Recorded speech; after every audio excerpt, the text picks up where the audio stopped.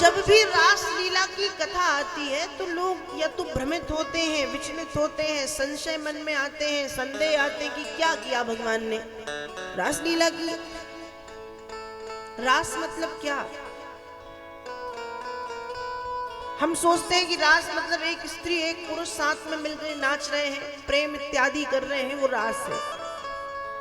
नहीं, रास क्या है? रास शब्द रस धातु से बना है। रस मतलब रसो वैसहा, रस मतलब आनंद। आनंद कहते हैं भगवान कृष्ण को, कृष्ण का एक नाम है आनंद। सच्चिदानंद रूपायो। रास मतलब रस, रस मतलब आनंद, आनंद मतलब कृष्ण। अर्थात जब आनंद स्वयं आनंदित हो उठे, जब रस स्वयं रस में डूब जाए, उस समय जो क्रिया, जो प्रतिक्रिया उत्पन्न होती है, उसको नाम दिया गया रास। भगवान ने रास लीला की है। ऐसो रास रच्यो वृंदावन, बज रही पायल की झनकार, पायल की झनकार, बज रही पायल की झनकार। ऐसो रास रच्यो वृंदावन, बज रही पायल की झनकार।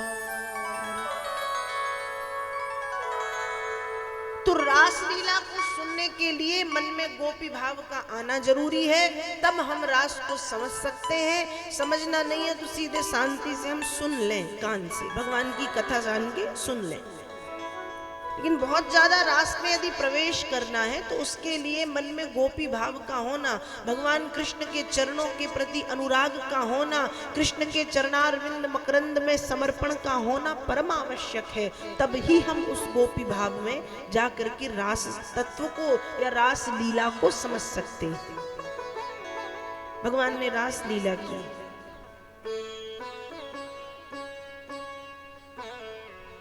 जब भगवान ने रास लीला की तो वेद व्यास जी लिख रहे हैं कि भगवान ने एक दिन बांसुरी बजाई है यमुना जी के किनारे।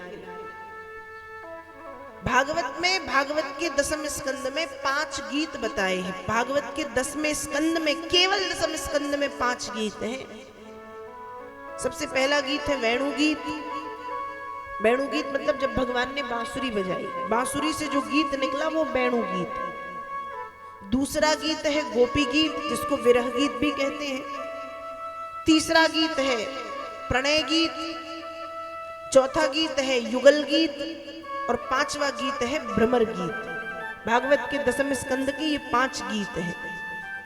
वेणु गीत, गोपी गीत, प्रणय गीत, युगल गीत, भ्रमर गीत। तो भगवान ने यमुना जी किनारे बांसुरी बजाई है। और जब भगवान ने बांसुरी बजाई तो यही कृष्ण का वेणु रव हुआ है। वेणु रव मतलब वेणु गीत। वेद व्यास जी भागवत में लिख रहे हैं और सुखदेव जी परीक्षित को समझा रहे हैं। इति वेणु रवम राजन, सर्वभूत मनोहरम,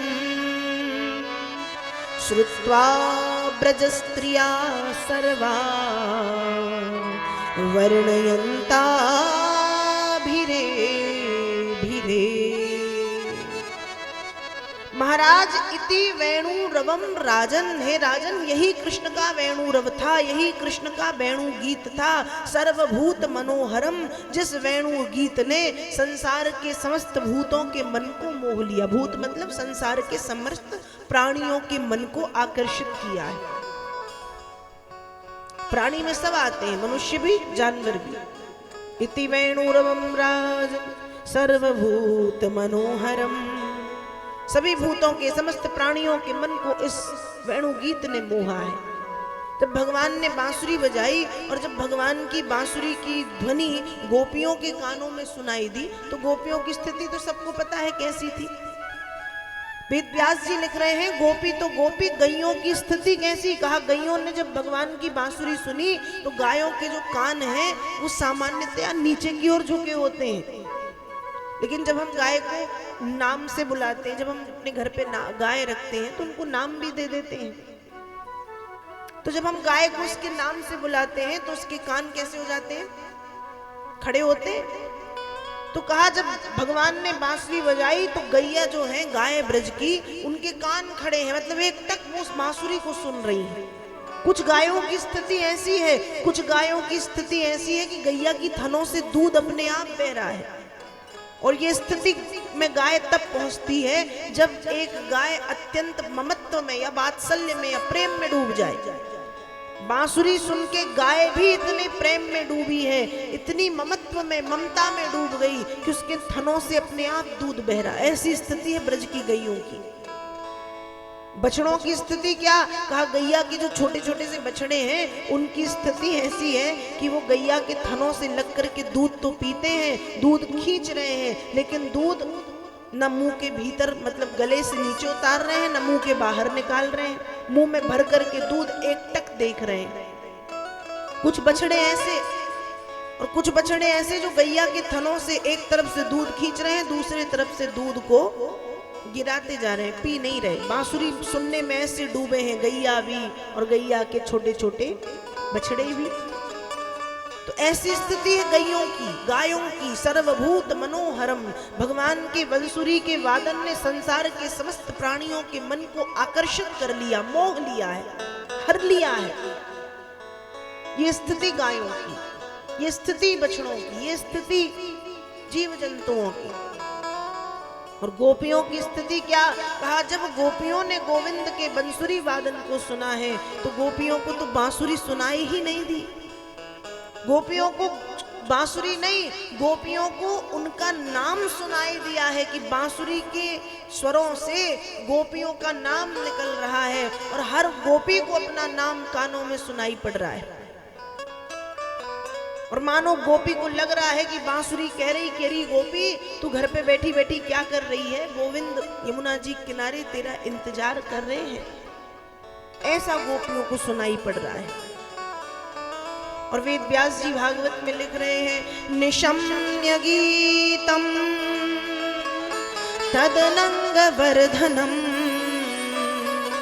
ब्रज स्त्रियः कृष्ण गृहीत मानसा आजगमुरन्योन्यमलक्षितोद्यमा स यत्र कान्तो जवलोल कुंडला। जब गोपियों ने भगवान की बांसुरी की आवाज को सुना तो वेद व्यास जी लिख रहे कि भगवान के बांसुरी की ध्वनि को, स्वरों को सुनकर के तदनंग वर्धनम, गोपिकाओं के अंग प्रत्यंगों में वर्धन होने लगा, उनके अंग प्रत्यंगों में वर्धन हो रहा है। गोपियां आनंद के अतिरेक में समा गई, एक ऊर्जा से, स्फूर्ति से गोपियां भर गई। और फिर गोपियों ने विलंब नहीं किया। वेद व्यास जी लिखते हैं कि गोपियां अपने अपने कामों में लगी हैं। भगवान ने बांसुरी बजाई है शाम के समय, शरद पूर्णिमा की रात्रि है, प्राची दिशा में चंद्रमा 16 कलाओं के साथ प्रकट हुए हैं। शरद पूर्णिमा की रात्रि, यमुना जी किनारे भगवान बांसुरी बजा रहे हैं और यहाँ गोपियां घर में अपने अपने काम कर रही हैं। एक गोपी गैया का दूध दोह रही थी, जैसे ही बांसुरी सुनाई दी दूध दोहना छोड़ के दूध भर रखने वाला जो बर्तन है वो उसने गैया के 4 पैरों के बीच में छोड़ा और छोड़ करके वैसे ही चल दी। एक गोपी पतिदेव को भोजन परस रही थी, भोजन परोसना छोड़ा है और वैसे ही चली है। एक गोपी स्नान कर रही थी, स्नान करना छोड़ के उल्टे पुल्टे आधे अधूरे वस्त्र पहन के चल दी। एक गोपी श्रृंगार कर रही थी तो पैरों की पायलों को जोड़ के गले में पहना और गले के हार को पैर में पहना।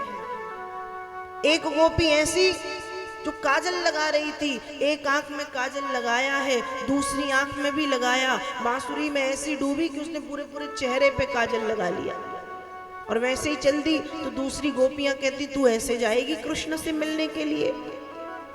गोपी कहती हाँ मैं ऐसे जाऊंगी, मुझ में क्या खराबी है? कहा अपना चेहरा शीशे में देखा है? गोपी ने कहा हाँ देखा है, बहुत अच्छा है। कहा रे पागल, जब एक प्रेयसी, जब एक प्रेमिका अपने प्रेमी से मिलने के लिए जाती है तो वो तो और श्रृंगार करके सज सबर के जाती है, और तुम ऐसे जाओगी, कृष्ण तुम्हारे तरफ देखेंगे भी नहीं। वो गोपी कहती है ऐसा तुम्हें लगता है कि वो मेरे तरफ नहीं देखेंगे, पर मुझे पता है कि तुम सबसे ज्यादा वो मेरी तरफ देखेंगे। तो दूसरी गोपियां कहती क्यों, हम ऐसी 16 श्रृंगार करके सच सच के जा रही हैं और हमको ना देख के वो तुम्हें देखेंगे, जबकि तुम्हारे सारे चेहरे पर काजल लगा है, फिर भी तुम्हें देखेंगे। गोपी बोली हाँ वो मुझे देखेंगे। कहा क्यों, देखने के 2 कारण बताए हैं। पहला कारण बताया देखने का कि कृष्ण शरीर की सुंदरता नहीं, कृष्ण मन की सुंदरता को देखते हैं। कृष्ण ये नहीं देखते कि शरीर में कितनी सुंदरता है, शरीर सुंदर है या कुरूप, रोगी है या स्वस्थ, कोड़ी है, मोटा है, दुबला है, कृष्ण ये नहीं देखते। कृष्ण शरीर नहीं, कृष्ण मन की सुंदरता देखते हैं, इसलिए कृष्ण मेरी तरफ देखेंगे। देखने का पहला कारण। और देखने का दूसरा कारण कि कृष्ण भी काले हैं और मैं भी काली हूं, अपने रंग वाली को ज्यादा देखेंगे। अब गोरी गोरी तो इतनी सारी होंगी वहां, पर काले तो सिर्फ 2 होंगे, एक कृष्ण एक मैं, तो अपने रंग वाली को वो ज्यादा देखेंगे। ऐसे उस गोपी ने उत्तर दिया और सारे चेहरे पे काजल लगा के वो वैसे ही यमुना जी जा रही है। तो कुछ गोपिकाएं तो घर से निकल गई, लेकिन रात का समय था, कुछ गोपिकाएं निकल नहीं पाई। किसी के पति ने, किसी के माता पिता ने, किसी के बच्चों ने रोक लिया कि रात में कहां जा रही हो। तो जो गोपियां घर से नहीं निकल पाई वे घर के भीतर गईं, अपने आप को एक कमरे के अंदर बंद किया और भगवान के वियोग में इतना तड़पी, विरह की अग्नि में इतना जली कि शरीर से आत्मा निकल करके यमुना जी पहुंच गई और शरीर घर में छूट गया। तो कुछ गोपिकाएं शरीर से और कुछ गोपिकाएं आत्मा से यमुना जी पहुंची हैं भगवान के पास, भगवान के बांसुरी के वादन को सुन के। तो वेद व्यास जी लिख रहे हैं कि शरद पूर्णिमा की रात्रि में गोविंद ने जब यमुना जी किनारे बांसुरी बजाई है तो यही कृष्ण का वेणु रव है, यही कृष्ण का वेणु गीत था जिसने संसार के समस्त भूतों के, प्राणियों के मन को मोह लिया, गोपियों के मन को मोह लिया। दौड़ते भागते हुए गोपियां यमुना जी पहुंची। अब जब यमुना जी पहुंची, भगवान ने जब दूर से गोपियों को आते हुए देखा तो भगवान भी स्वागत करने लगे। स्वागतम भो महाभागा प्रियम किम करवाणि चो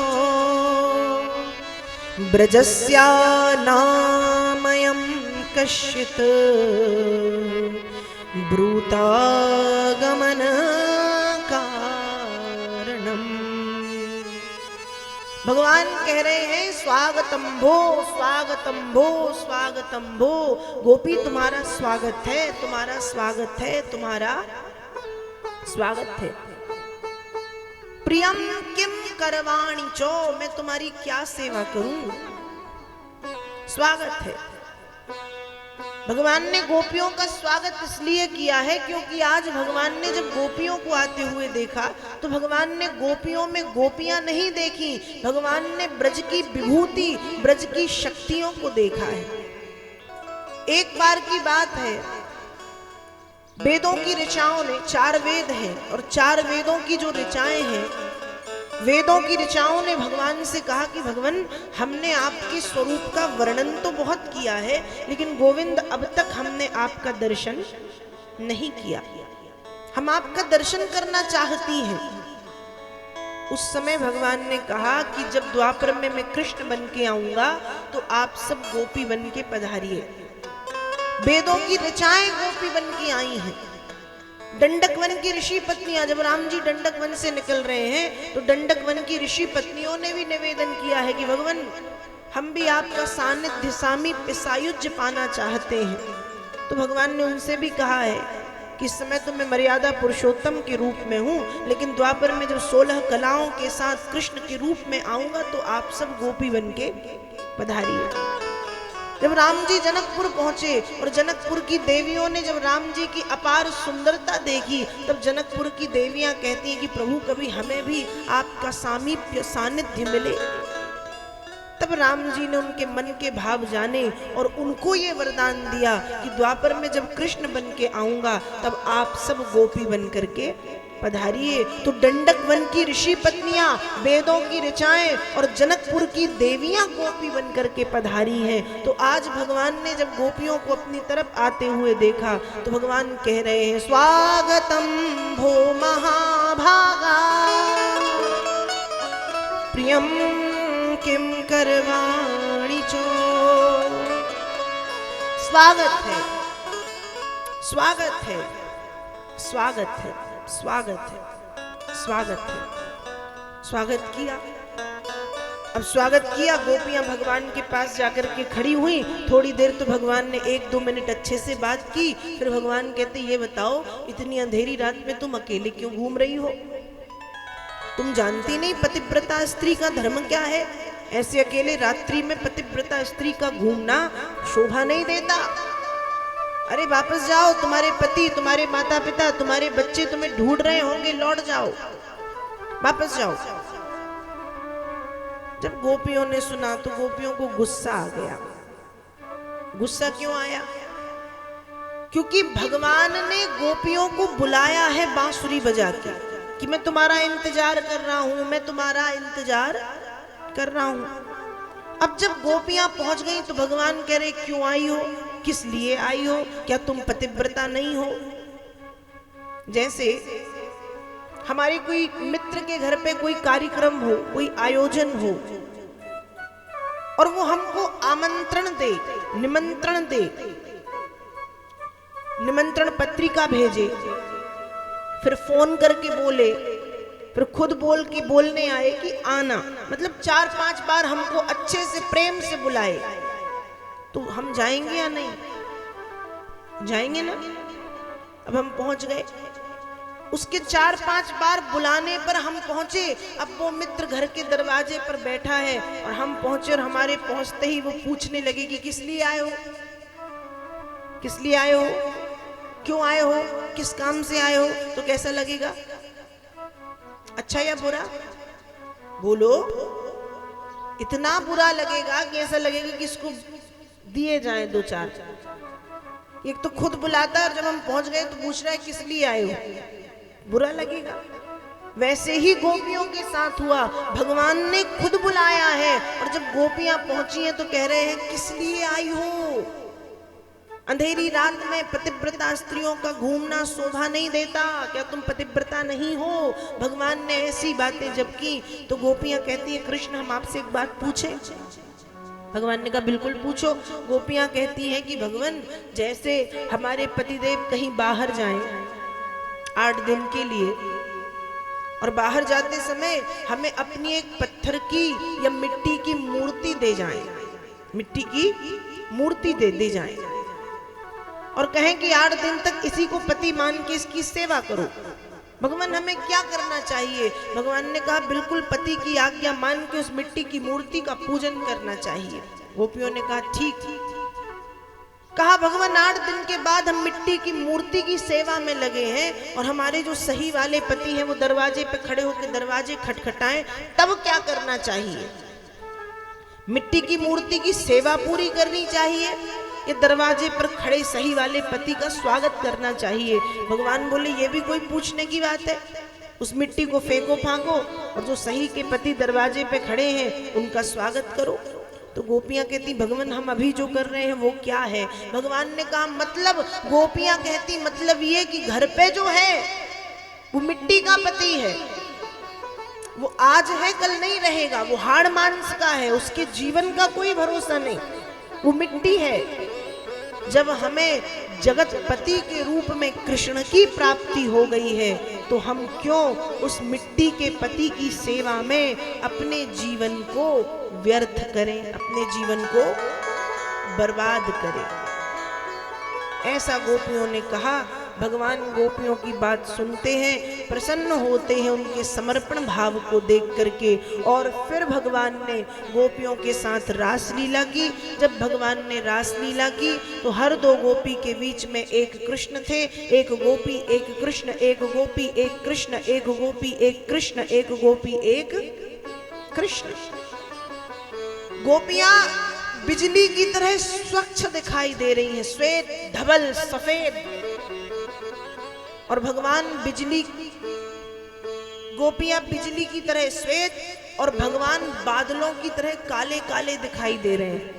हर दो गोपी के बीच में एक कृष्ण है। भगवान ने रास लीला की। जब भगवान ने रास लीला की तो गोपियों को अभिमान आ गया, और भगवान कहते हैं कि भक्ति मार्ग की सबसे बड़ी बाधा है अहंकार।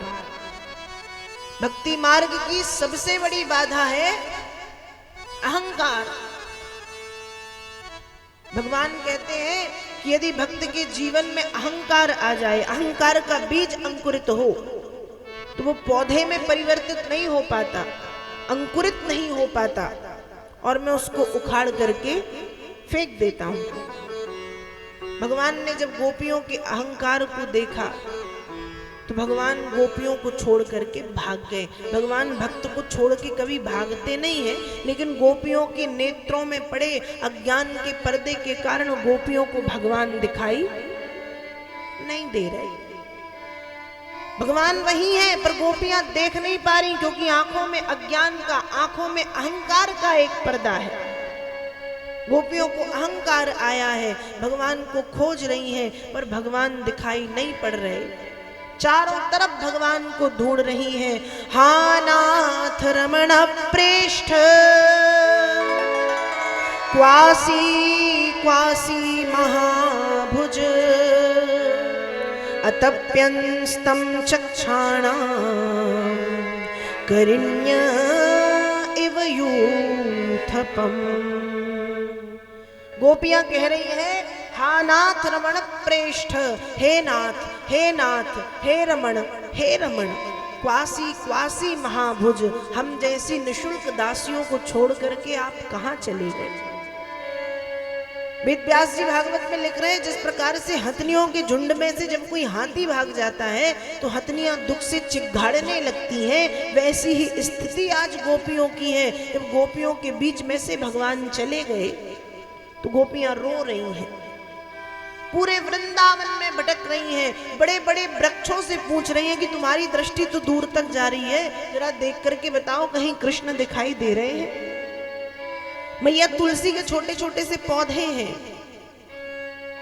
गोपिकाएं मां तुलसी के पौधों से कह रही हैं कि कन्हैया तो सदैव आपको अपने कंठ में धारण किए रहते हैं, आपको तो ज्ञात होगा कृष्ण कहाँ है। यमुना जी किनारे से पूछ रही हैं, पत्तों से, पेड़ों से, पौधों से, पशुओं से, गायों से पूछ रही हैं कि क्या कृष्ण को देखा है।